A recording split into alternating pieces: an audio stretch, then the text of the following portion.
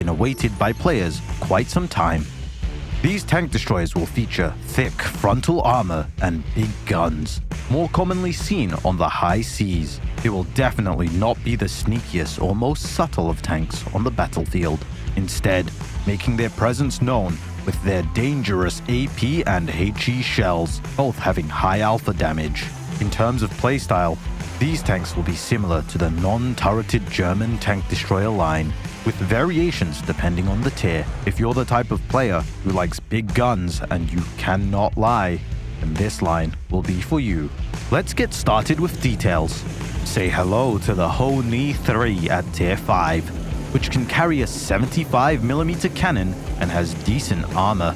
And at tier 6, the Type 95 G-Ro, based on the Type 95 Rogo chassis, and can equip either a 75mm or 105mm cannon.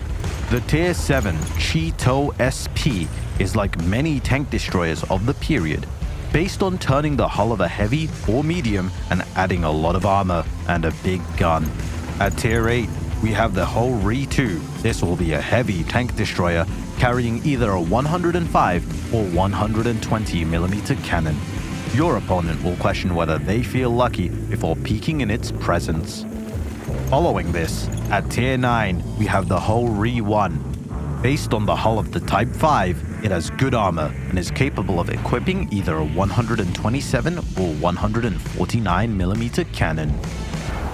Finally, at tier 10, there is the Ho-Ri 3, looking and playing very similar to the Jagdpanzer E100, only with a 149mm cannon. Before the release of the tech tree, you can expect to see the arrival of a tier 8 premium called the Type 5 Ka-Ri.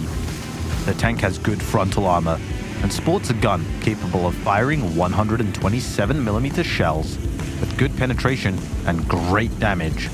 For the in-depth technical details, armor layout, and more information, look out for news on our portal.